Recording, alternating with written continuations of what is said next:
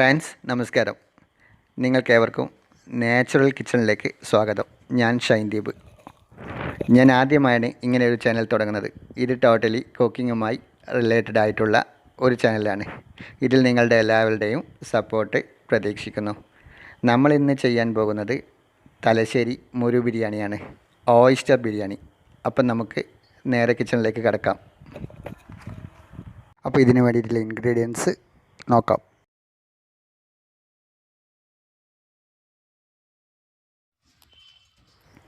വലിയ ഉള്ളി, തക്കാളി, ചെറുനാരങ്ങ, വെളുത്തുള്ളി, ഇഞ്ചി, പച്ചമുളക്, 2 ക്യാരറ്റ് വേണം, കുറച്ച് മല്ലിയില, പുതിനയില, കുറച്ച് കറിവേപ്പില, പിന്നെ വേണ്ടിയിട്ട് കുറച്ച് നെയ്യ് വേണം, കുരുമുളക് പൊടി, ഗരം മസാല, മഞ്ഞൾപ്പൊടി, മുളക് പൊടി, പിന്നെ വേണ്ട കുറച്ച് ഏലക്ക, പെരിഞ്ജീരകം, പട്ട, ഗ്രാമ്പു, ജാതിപത്രി, സാജീരകം, തക്കോലം, പിന്നെ വേണ്ടത് കുറച്ച് അണ്ടിപ്പരിപ്പും മുന്തിരിയും.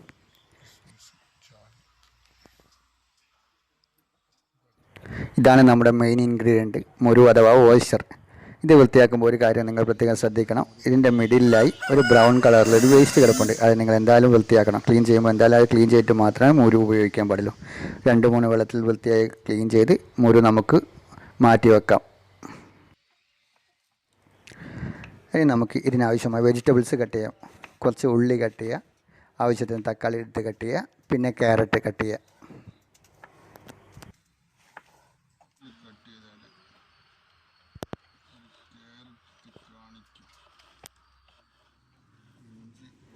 ഇനി ഇതേപോലെ വെളുത്തുള്ളി, ഇഞ്ചി, പച്ചമുളക് എന്നിവ എടുത്ത് ചതച്ച് മാറ്റി വെക്കുക.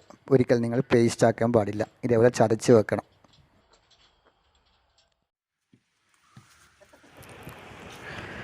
നമ്മൾ നേരത്തെ കഴുകി വൃത്തിയാക്കി വെച്ചിരിക്കുന്ന മുരുവിൽ മസാല പുരട്ടാം. അതിലേക്കായി ഒരു 2 ടേബിൾ സ്പൂൺ മുളക് പൊടി, 1 ടേബിൾ സ്പൂൺ മഞ്ഞൾപ്പൊടി, ഒരു 1.5 ടേബിൾ സ്പൂൺ ഗരം മസാല, ഒരു 2 ടേബിൾ സ്പൂൺ കുരുമുളക് പൊടി, ഇത്രയും ഇട്ട് ആവശ്യത്തിന് ഉപ്പും മിക്സ് ചെയ്ത് നമുക്ക് മുരു മിക്സ് ചെയ്ത് വെക്കാം. ഒരു കാര്യം പ്രത്യേകം ശ്രദ്ധിക്കണം, ഇതിൽ ഒരുപാടങ്ങ് ഉപ്പിടണ്ട, ഒരാവശ്യത്തിന് മാത്രം ഉപ്പിടുക. കാരണം എന്താണെന്ന് പറഞ്ഞാൽ ഇത് ഒരു സീ ഫുഡ് ആയതുകൊണ്ട് ഇതിലേക്ക് ഓൾറെഡി ഉപ്പ് രസമുണ്ടാകാൻ ചാൻസ് ഉണ്ട്. അപ്പോൾ ആ കാര്യങ്ങളൊന്ന് പ്രത്യേകം ശ്രദ്ധിക്കണം. അതുപോലെ നമ്മൾ മിക്സ് ചെയ്യുമ്പോൾ ചിക്കനിലൊക്കെ നമ്മൾ മസാല മിക്സ് ചെയ്യുന്ന പോലെ ചെയ്യേണ്ട ആവശ്യമില്ല. കാരണം അത്രയും ബലം പ്രയോഗിച്ച് നമ്മൾ ഈ മുരു പൊട്ടിപ്പോകാനോ അല്ലെങ്കിൽ മുരു അലിഞ്ഞു പോകാൻ ചാൻസ് ഉണ്ട്. അപ്പോൾ ആ കാര്യം കൂടി നിങ്ങളൊന്ന് ശ്രദ്ധിക്കണം. ഇനി നമുക്ക് കുറച്ച് ഓലയൊക്കെ കത്തിച്ച് മടലൊക്കെ വെച്ച് ഒരടുപ്പ് കൂട്ടാം. സൈഡിൽ കുറച്ച് വിറകൊക്കെ കത്തിച്ച് 3 ഭാഗവും വിറകൊക്കെ വെച്ച് നല്ലവണ്ണം തീ കത്തിക്കാം.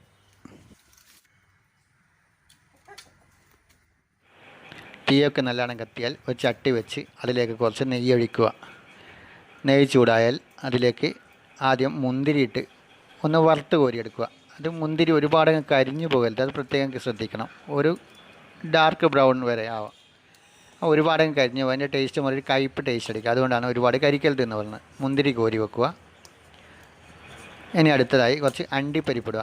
ഈ അണ്ടിപ്പരിപ്പ് അതേപോലെ ഒരുപാട് ഡാർക്ക് ബ്ലാക്ക് ആക്കേണ്ട, ഒരു ഗോൾഡൻ ബ്രൗൺ ആകുന്നവരെ വറുത്ത് കോരി മാറ്റി വെക്കുക.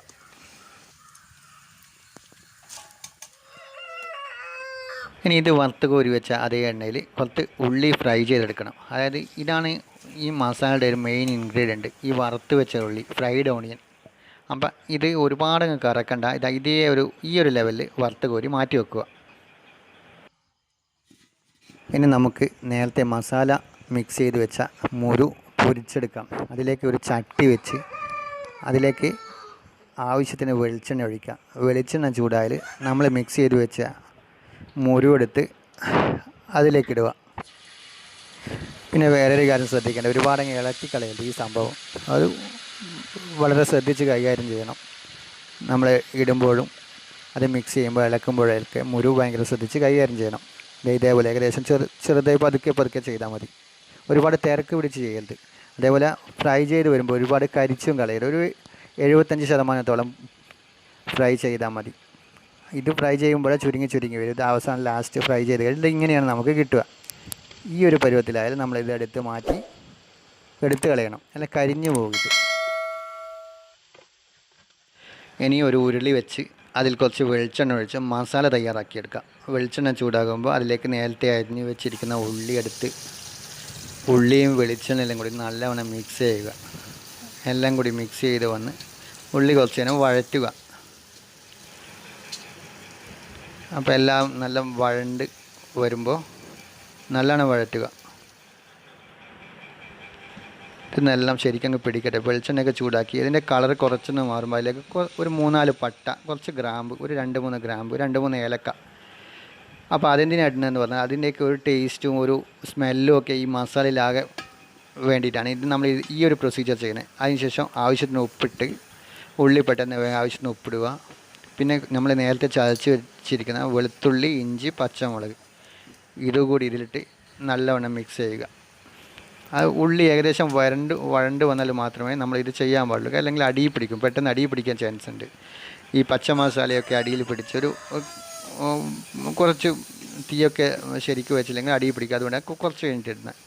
ഇനി നമ്മൾ അതിലേക്ക് ആവശ്യത്തിന് തക്കാളി, നേരത്തെ അരിഞ്ഞ് വെച്ചിരിക്കുന്ന തക്കാളി കൂടി ഇട്ട് നല്ലവണ്ണം മിക്സ് ചെയ്യുക.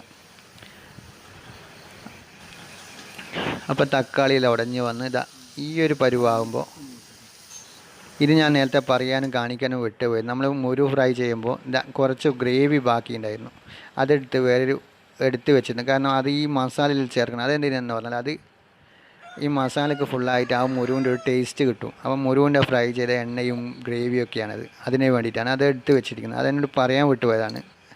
ഇനി അതിലേക്ക് കുറച്ച് ഗരം മസാല. ഈ ഗരം മസാല മാത്രമാണ് നമ്മൾ ഈ മസാലയിൽ ആകെ ഒരു മസാലയായിട്ട് ഇടുന്നത്. ഗരം മസാല മാത്രം. ബാക്കി ഒരു പൗഡർ ഒന്നും, മുളക് പൊടിയോ മല്ലിപ്പൊടിയോ മഞ്ഞൾപ്പൊടിയോ ഒന്നും ഇതിൽ ചേർക്കില്ല. പിന്നെ ഇല്ല, നമ്മൾ നേരത്തെ ഫ്രൈ ചെയ്ത് വെച്ചിരിക്കുന്ന ഉള്ളി.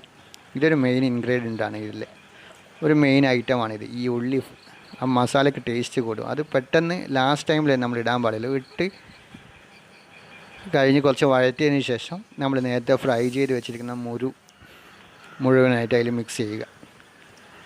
അപ്പോൾ അതെല്ലാം ഉള്ളിയും മുരുവും മസാലയെല്ലാം കൂടി മിക്സ് ചെയ്ത് ഒരു 5 മിനിറ്റ് വെച്ച് ഇനി അങ്ങോട്ട് ശ്രദ്ധിക്കണം. ഇനി അടിയിൽ പിടിക്കാൻ ചാൻസ് ഉണ്ട്. ഇനി അതിലേക്ക് കുറച്ച് അരിഞ്ഞു വെച്ചിരിക്കുന്ന പുതിന, മല്ലി, കറിവേപ്പില, അപ്പോൾ അതും കൂടി ഇട്ട് നല്ലവണ്ണം മിക്സ് ചെയ്ത് നമുക്കിത് ഇറക്കി വെക്കാം.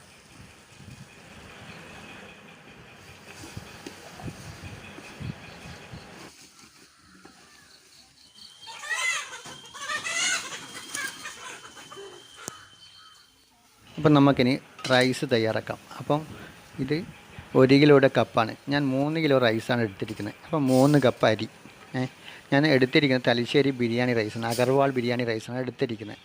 അപ്പോൾ അത് ശരിക്കൊരു ഉപ്പിട്ടിട്ട്, കല്ലുപ്പിട്ടിട്ട് ഒരു 3-4 പ്രാവശ്യം ശരിക്കും നമുക്ക് വെള്ളത്തിൽ കഴുകി മാറ്റി വെക്കണം. കഴുകി അരി വെള്ളം വാർത്തെടുക്കണം. ഇട്ടിട്ട് വെള്ളം വാർത്തിട്ട് മാറ്റിയെടുക്കണം. അപ്പോൾ ഒരു 3-4 പ്രാവശ്യം എന്തായാലും നിങ്ങൾ അരി വൃത്തിയായി കഴുകി മാറ്റി വെക്കണം.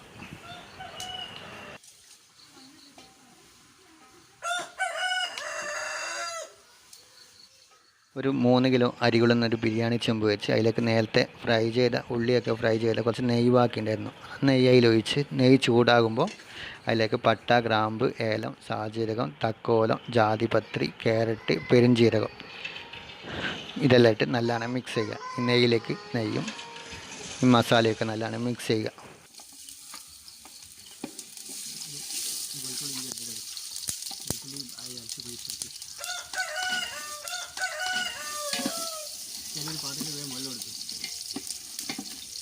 അതിലേക്ക് നേരത്തെ നമ്മൾ ചതച്ച് വെച്ചിരിക്കുന്ന പച്ച മസാല ഉണ്ടായിരുന്നു.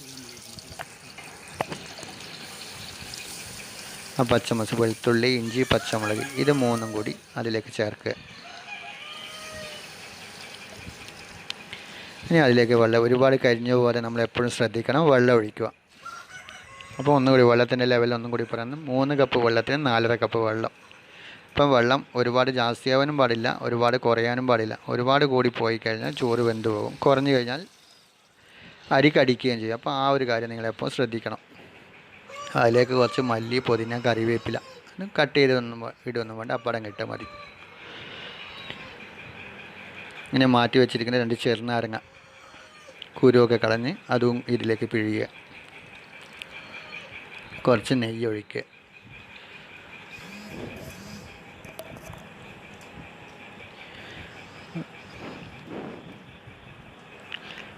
വെള്ളം പതച്ച് വരുമ്പോൾ അതിൽ ഉപ്പിടുക. ഉപ്പിടുമ്പോൾ എപ്പോഴും ശ്രദ്ധിക്കണം, വെള്ളത്തിൻ്റെ ലെവലിനെക്കാട്ട് ഒരു പടി മുമ്പിലായിരിക്കണം നമ്മൾ ഉപ്പ്. എന്നാലും മാത്രം ചോറിൽ ശരിക്കും ഉപ്പ് പിടിക്കും. ഇനി നമ്മൾ കഴുകി വാർത്ത് വെച്ചിരിക്കുന്ന അരിയിട്ട് ഈ വെള്ളവും അരിയെല്ലാം കൂടി നല്ലോണം മിക്സ് ചെയ്ത് മൂടി വെക്കുക. ഒരു 5 മിനിറ്റ് കൂടുമ്പോൾ പിന്നെ തുറന്ന് നോക്കുക. ഇങ്ങനെ 2-3 പ്രാവശ്യം അടച്ച് വെച്ച് നോക്കുക. ഇനി വെള്ളം ഏകദേശം വറ്റി ഈ ഒരു പരുവത്തിലായാൽ നമ്മൾ മൂടിയിട്ട് ഒരുപാടങ്ങ് ഇളക്കി കളയരുത്, വളരെ ശ്രദ്ധിക്കണം. അതിൻ്റെ മൂടിയിട്ട് അതിലെ തീയൊക്കെ വിളിച്ചളയണം. അപ്പോൾ തീയൊക്കെ എടുത്ത് കളയണം. അപ്പോൾ ഇനി ഇതിന് തീയൊന്നും ആവശ്യമില്ല. അടിയിലെ തീയൊക്കെ വലിച്ചളിഞ്ഞ് ഒരു കാര്യം പ്രത്യേകം ശ്രദ്ധിക്കണം, ഒരിക്കലും നമ്മൾ ഈ ചെമ്പ് ഈ അടുപ്പിൽ നിന്ന് മാറ്റാൻ പാടില്ല. നമുക്ക് ചോറ് പെർഫെക്റ്റായിട്ട് കിട്ടില്ല. ചോറ് അരിക്കടിക്കും. ആ അടിയിലെ അടുപ്പിൻ്റെ ചൂടിൽ ഈ ചോറ് ഒരു അരമണിക്കൂറെങ്കിലും റെസ്റ്റ് ചെയ്യാൻ വെക്കണം. അരമണിക്കൂറിന് ശേഷം ഇതാ നമ്മുടെ പെർഫെക്റ്റ് ആയിട്ടുള്ള റൈസ് ഇതുപോലെ ഇരിക്കും റൈസ്. റൈസ് ആയതോടെ നമ്മൾ ഇങ്ങനെ അടിയിലൊന്നും ഇങ്ങനെ ഒരുപാടങ്ങ് മിക്സ് ചെയ്യാൻ പാടില്ല. കുറച്ച് കഴിഞ്ഞ് തണിഞ്ഞതിന് ശേഷം മാത്രം മിക്സ് ചെയ്യുക. അങ്ങനെ അരി ഒട്ടിപ്പിടിക്കും.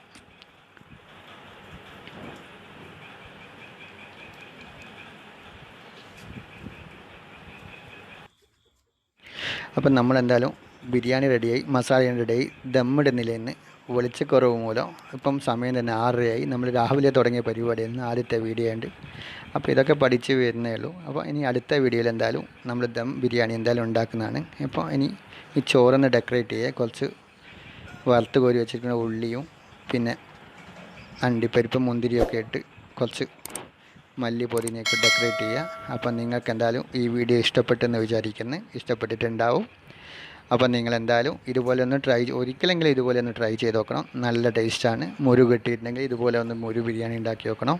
അപ്പോൾ ഇതേ പ്രൊസീജിയറിൽ ഉണ്ടാക്കിക്കോ, ഞാൻ ഗ്യാരണ്ടി വരും. നല്ല ടേസ്റ്റാണ്. എന്തായാലും നിങ്ങൾ ഇതേപോലെ ഒരു ബിരിയാണി ഉണ്ടാക്കുമെന്ന് ഞാൻ വിചാരിക്കുന്നു. അപ്പോൾ ഇനി നമ്മൾ തലശ്ശേരി ബിരിയാണി ഇങ്ങനെയാണ് സെർവ് ചെയ്യുക. നമ്മൾ വിളമ്പുമ്പോൾ ഇതേപോലെ മസാല കുറച്ചിട്ട് അതിൻ്റെ മുകളിൽ കുറച്ച് ചോറിട്ട് ഇതേപോലെ ഒരു പ്ലേറ്റിലേക്ക് ഇടുക വേണ്ടേ. അപ്പോൾ അതുകൂടി ഞാൻ നിങ്ങൾക്ക് കാണിച്ചു തരികയാണ്. നിങ്ങൾക്ക് എന്തായാലും വീഡിയോ ഇഷ്ടപ്പെട്ട നിങ്ങൾ ചാനൽ സബ്സ്ക്രൈബ് ചെയ്യുക, ലൈക്ക് ചെയ്യുക, ഷെയർ ചെയ്യുക. സബ്സ്ക്രിപ്ഷൻ്റെ അടുത്തുള്ള ബെല്ലൈക്കൺ കൂടി പ്രസ് ചെയ്താൽ നമ്മൾ അപ്ലോഡ് ചെയ്യുന്ന എല്ലാ വീഡിയോസും നിങ്ങൾക്ക് നോട്ടിഫിക്കേഷനായി ലഭിക്കും.